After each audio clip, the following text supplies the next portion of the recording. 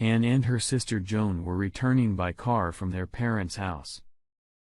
John, Anne's husband, usually drove the car, but he was held up at work. Anne smiled at Joan and said, "I had to drive the Miata." Joan shook her head and said, "And where would we put all our stuff?" Anne loved her Miata convertible. She named the car Mary and was inseparable from her for 12 years.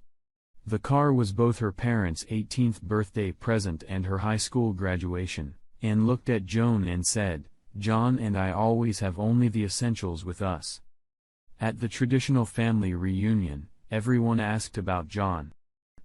Anne's father was especially disappointed that John couldn't make it. Anne and Joan were 2 of 5 daughters. Their father had no sons. That said, no one knew which of the sisters was the favorite daughter, but there was no doubt about who was his favorite son-in-law. John called and apologized, promising to visit them soon. John was tall, dark-haired, well-tanned, and handsome.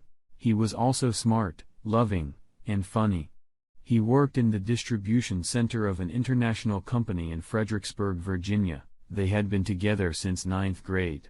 John and Anne attended colleges that were 200 miles apart, but still stayed together. John always joked that they went to different colleges together and looked out the window. She remembered all the kids asking about Uncle John. John loved the children, and they loved him. He was their favorite playmate at every family reunion.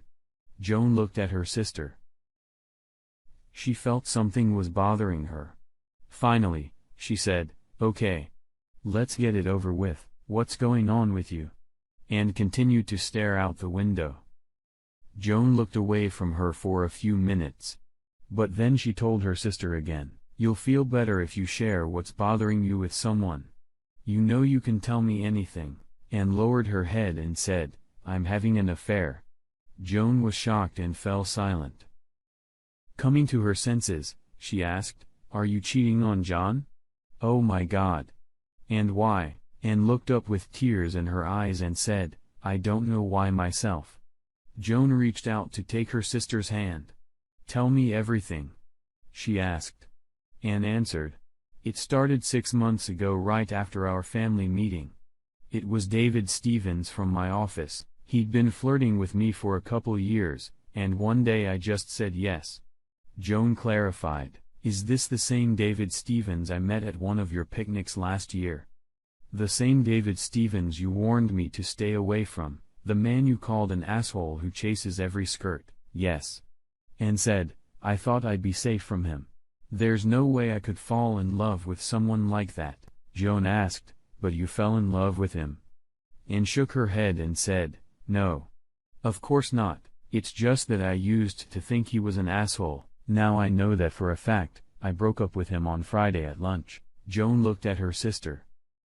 It was lunch in a hotel room. and looked angrily at Joan and said, "No. No. And no, it was in a restaurant."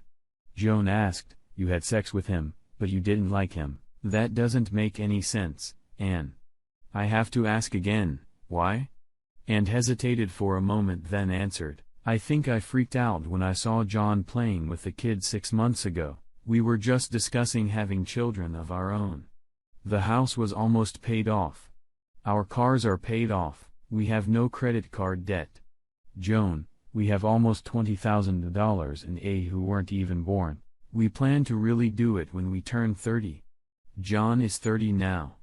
I'll be 30 in 2 months. Joan asked, "You don't want kids?" Anne replied, "I always thought I did, but now I'm scared. I've been afraid of becoming a mother. I'm afraid of losing us, me, and John. I'm afraid of losing myself. I love my job. I should have given up the pills 6 months ago." "And does John know all this?" Joan asked and shook her head, sadly. Then Joan asked another question, "You didn't give up the pills?" Anne said quietly, "At first, I didn't want to stop taking them. After I started with David, I had to stay on them. I couldn't risk getting pregnant with him." Joan got angry. "You slept with him without condoms. You know his history. How could you not think about protection?" A weeping Anne said, "He doesn't like rubbers. I don't like them either." Joan said to her sister, John thinks you haven't taken birth control in 6 months.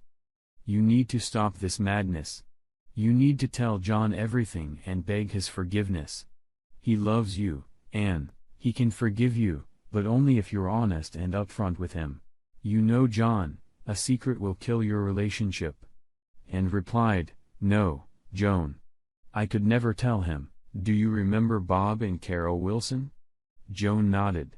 Anne continued, Bob was having an affair with someone from work. Carol found out and their lives have been a living hell ever since. John and I had several conversations about Bob's infidelity.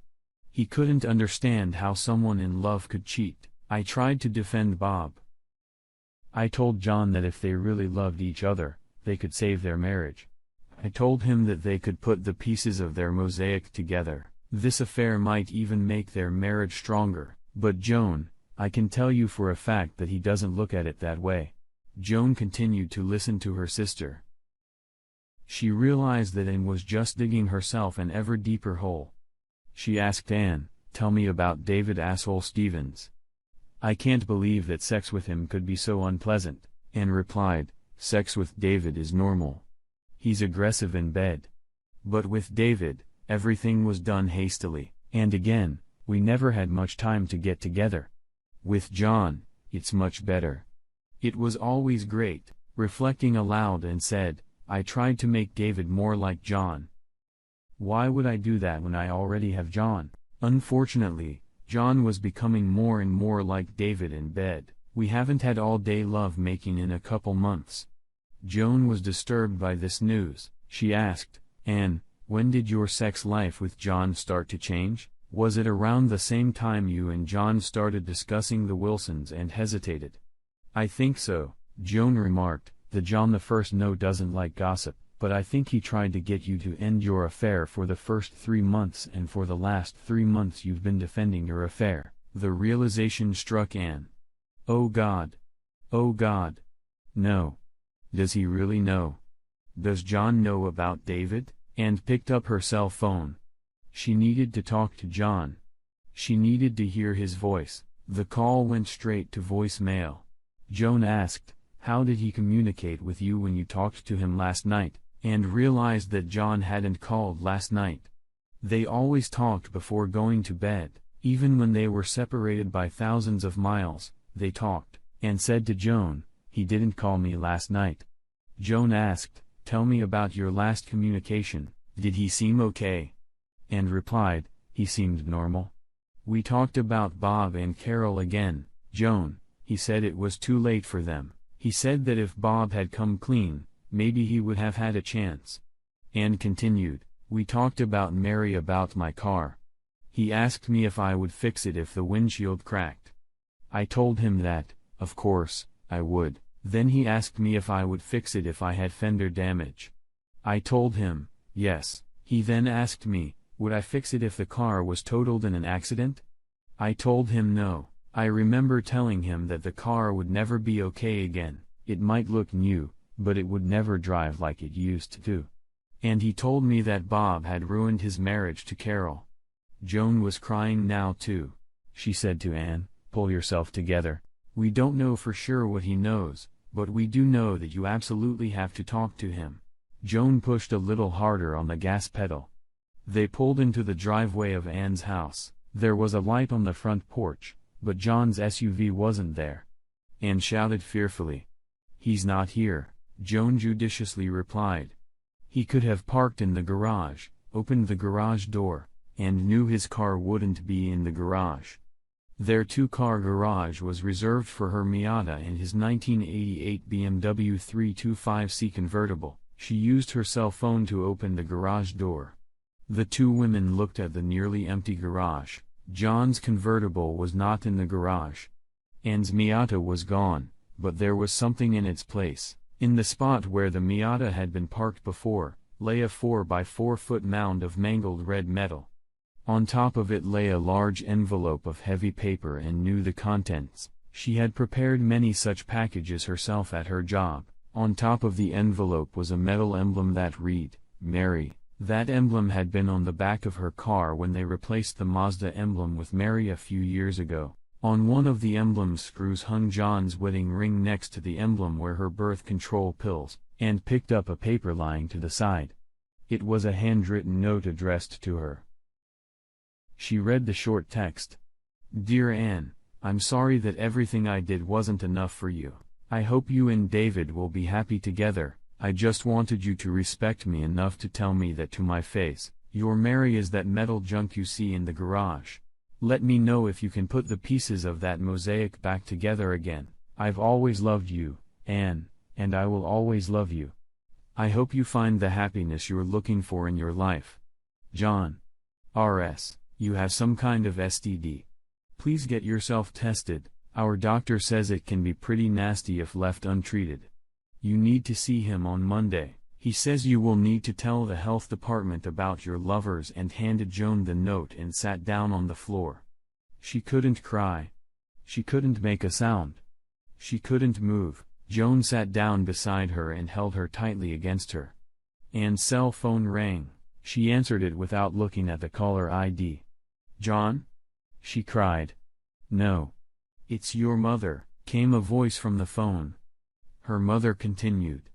"John just left us. He brought your father some parts for the car and said he came to say goodbye. He didn't want to tell us what happened. Said, you should tell us yourself." "Why is he leaving you, Anne?" Anne told her mother. "I had an affair. I slept with another man." Anne's mother was silent for a few moments. Then she said, disappointedly, "I can't believe you could do something like that. Is Joan with you?" Anne replied, "Yes, Joan is here." Her mother then said, "I have to go. Your father needs me, and he's crying. I've been married to him for 40 years, and this is only the second time in my life I've seen him cry." Joan helped Anne into bed. Anne got up in the night and went downstairs to sleep on the couch. She couldn't sleep in their bed without him. The two of them spent a restless night. The next morning Anne was up and ready to face a new day. She took a shower and woke Joan up. Anne said, "I have a busy day today. Will you help me?" Anne knew her sister's answer. She thought about John. He had no real family to lean on. His parents had died in a car accident 20 years ago. He had one brother, but that one was in the military, and they only saw each other once every couple years. The fact that he was facing this alone broke her heart. The sisters went from the house straight to the doctor's office. He asked the necessary questions as professionally as he could, and felt guilt in every answer she gave. The doctor wrote several prescriptions to treat her venereal disease. Then they went to Anne's workplace. She talked to James Johnson. He was the partner she worked most closely with. She told him the whole story. He told her to take a week's vacation. The firm would represent her in the divorce. He promised to solve any work problem while she was away. As she left Johnson's office, she headed down the hallway to where she saw David Stevens talking to a couple of paralegals. When he turned toward her and kicked him in the groin with her knee, she picked up a heavy copy of Black's Law Dictionary and kicked him in the head. David Stevens flew across the table and landed with a clatter and said, "Expect a call from the health department," and turned around and saw Mr. Johnson. She said to him, "I apologize for the mess. Will the firm represent me if I am arrested?" Johnson smiled and nodded, then said, "There will be no police report." Then they went to John's workplace. Anne knew that John had an automobile trailer and had taken all the possessions he had with him. He must have left the neighborhood, but she had to find him. She went to John's boss's office and had met Fred Jennings at several company events. He was a good boss and a good man. His secretary was Doris Miller, the nurse of the company. Doris saw Anne and said, "Hi, Anne. Fred has been expecting you. Please come in and have a seat." Anne saw the sadness in her eyes. Anne and Joan entered Fred Jennings's office and sat down in the chairs offered to them. Anne aggressively said, "I need to know where John is. Does he still work here?" Fred calmly replied, "And you have no enemies here. I've always liked you, and I think very highly of John. He said you could come here. He authorized me to answer all your questions." Fred continued, "John has moved to Charleston, Scotland. He's the new Southeast Regional Manager. This is a big promotion for him. We first talked to him about this move 6 months ago, but John turned it down. He said you two were going to have kids, and he wanted you to be closer to your family. He also knew that the new position would require a lot more time to work. Then about 2 months ago, he asked me if the position was still open. He said that the pay raise would allow you to quit your job. He also thought you two might want a change of scenery. Fred stopped and looked at Anne. He added, John is a great worker, but he's a bad liar. He told me what was really going on between you two. I had hoped you two would move in together, and I'm so sorry it didn't work out. John isn't scheduled to report to the new office until next Monday. I can give you the address and phone number of our branch office there, but I don't know where he's staying in Charleston. Anne stood up and reached for Fred's hand. She said, Thank you, Mr. Jennings. Fred replied, Good luck, Anne. We all wish you nothing but the best for the future. The sisters went to lunch at a small diner down the street from her office. As they ate, Anne felt the stares of some of the members of the legal community. She knew there would be a lot of rumors and gossip, but she didn't care now. Anne told her sister, He gave me every chance, didn't he? He was almost begging me. Why didn't he just say so? Why didn't he ask me to stop? Joan looked at her sister. Did you ever give him any sign that you might stop? They ate and went back to the law office. Deborah Mayton, the best divorce attorney in the firm, was assigned to her case. Deborah read the divorce petition and the proposed property settlement. She looked at Anne and said, This property division agreement is extremely favorable to you. He leaves you with a house that seems to be almost paid off. In addition, he has only withdrawn $25,000 from your joint investment and bank accounts. You get to keep your 401 account. The arrangement is better, I think, than we could have ever hoped for. Deborah paused to watch Anne's reaction, then continued. Your husband is asking for the following. He will take the 2 cars he drives, a 1988 BMW 30025iC and a 2018 Toyota RAV4. He will keep his 401 account. It looks like it's a little bigger than yours. He also withdrew $5,000 from your main checking account and all the money from an investment account he called the baby fund. That fund has $20,000 in it. The value of your other investment accounts is more. The last item is a request for you to return your maiden name. Joan hugged a sobbing Anne. Deborah Mayton felt a tear roll down her face. She had always liked Dan. She was familiar with her husband, and they seemed so perfect together. Deborah had seen so many failed marriages in recent years. She wondered how anyone could make such a marriage work if these two had failed. She knew it was unprofessional, but went around her desk and hugged Dan. The 3 women cried for lost love. There was nothing to fight about in a divorce. Deborah brought up the destruction of Anne's car, but John's attorney pointed out the unequal division of property. Mayton sought counseling, but the request was denied. John worked out of the area, and those sessions would have been impossible. 45 days later, Anne found herself in a conference room to finalize her divorce proceedings.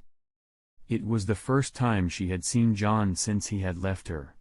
He tried to look nice and calm, but he clearly wasn't. With Anne were her parents and Joan. Her parents had insisted on being there, but Anne wasn't sure if they showed up for her, or John. Anne and John greeted each other politely and courteously. Anne asked, John, can we talk privately for a minute? John nodded and turned to the lawyers. Can we have a few minutes in one of the conference rooms? Deborah led the couple down the hall to an empty room and began, I'm sorry. I'm so sorry. I hurt you.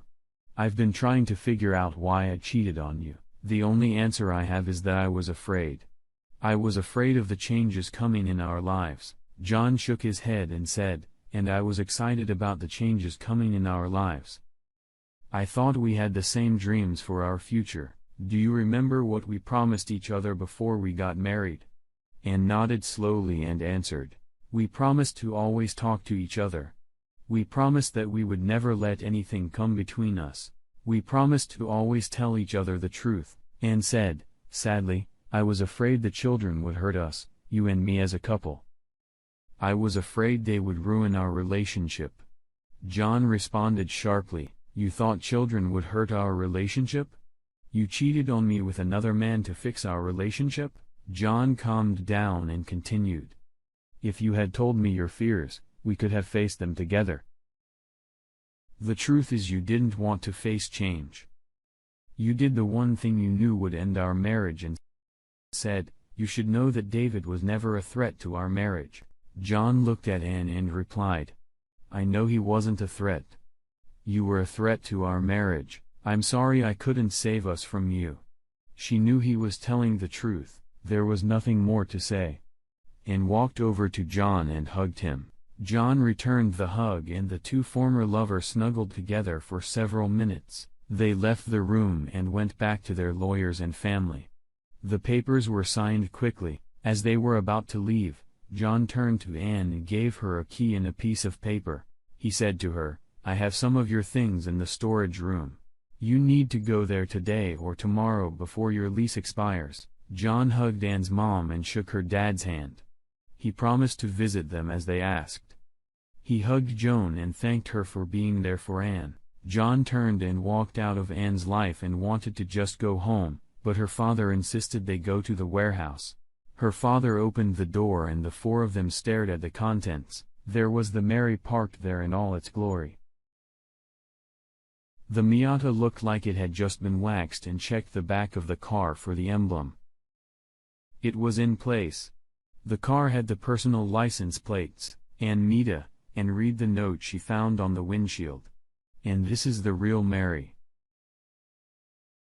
The car you found in the garage was an old wreck I found in a junkyard. I wanted you to feel my pain, but I couldn't take Mary away from you. Remember when we made 2 emblems for that car? I hope you two have many more happy days together. Love, John R.S. Mary needs to be insured before you get behind the wheel. Anne's father said, John called me 2 days ago and told me about your car. He wanted to make sure you got it home safely and drove the Miata home.